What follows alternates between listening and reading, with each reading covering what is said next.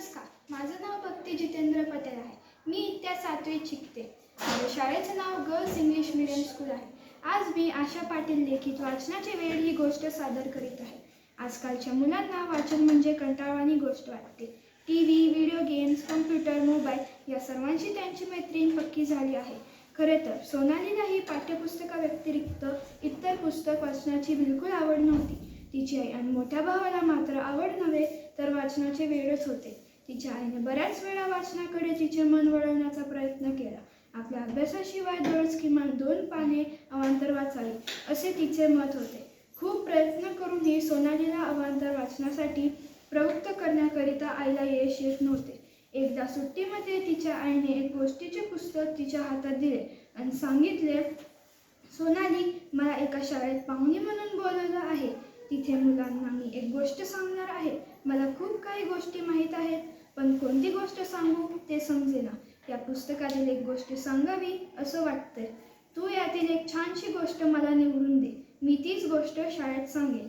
आईला मदत म्हटल्यावर सोनालीला शाळेत बाईंनी सांगितलेले आठवले. आपण सर्वांना मदत केली पाहिजे. या मदतीची सुरुवात घरापासून करा. मदत करण्याने आपल्याला तर आनंद होतोच, पण दुसऱ्यांना आनंद हा आपल्याला समाधान देऊन जातो. तुम्ही घरी किंवा इतर ठिकाणी कोणकोणती मदत करता त्याची नोंद ठेवा आणि ती दर शनिवारी दाखवा. सोनालीने आतापर्यंत बऱ्याच नोंदी वहीत केल्या होत्या. आईला मदत ही एक नवीन नोंद होईल. बाई देखील सगळ्यांसमोर आपले कौतुक करतील, शाबासकी देतील या विचाराने तिने पटकन हो म्हणून आईच्या हातातले पुस्तक घेतले.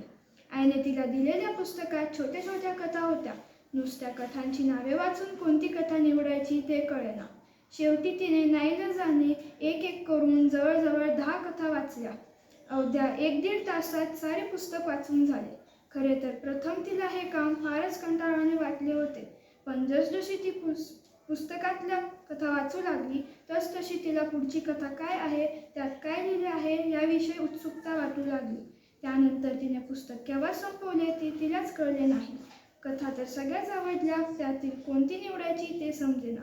ती आईकडे गेली व आपल्या समोरील समाधान सांगितली. मग आईने तिला प्रत्येक कथेचा थोडक्यात सारांश एका पानावर लिहिण्यास सांगितले. सोनालीला प्रथम हे काम सोपे वाटले, पण 1-2 कथानंतर पुढच्या कथेत काय आहे हे पटकन आठवेना. तिने आईला मी पुन्हा एकदा पुस्तक वाचते म्हणून सांगितले. खरे तर आज घरात आजी, आजोबा, बाबा, दादा, काकू, काका या साऱ्यांनाच सोनालीकडे पाहून नवल वाटत होते. आता तिने एक पान घेतले.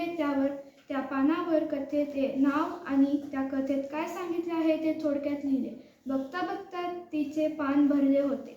ती पळतच आईकडे गेली आणि तिने आईला हे पान दाखवले. आईला ते सारे पाहून तिचे खूप कौतुक वाटले. आईने तिचे घरातल्या साऱ्यांपुढे कौतुक केल्यामुळे तिचा आनंद गगनात मावत नव्हता. शाळेत गेल्यानंतर तिने आपण काल आईला काय मदत केली आणि कशी मदत केली ते सांगितले आणि सोबत एक कथाही ऐकवली. तिने आजपर्यंत कधीच अवांतर वाचन केले नव्हते. तिच्यातला आमूलाग्र बदल सर्वांना आनंद देणारा होता.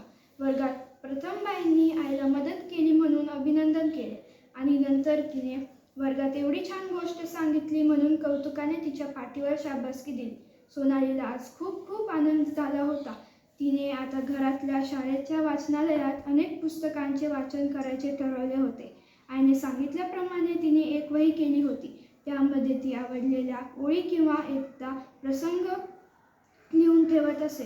सोनालीला प्रोत्साहन देण्यासाठी बाबांनी तिच्या वाढदिवसाला एक छानसे पुस्तक तिला भेट दिले आणि सोबत तिच्या वर्गातील साऱ्यांना मुला-मुलींना एक पुस्तक भेट स्वरूपात दिले. सोनालीला आता पुस्तक वाचत जा असे सांगण्याची गरज उरली नाही. धन्यवाद.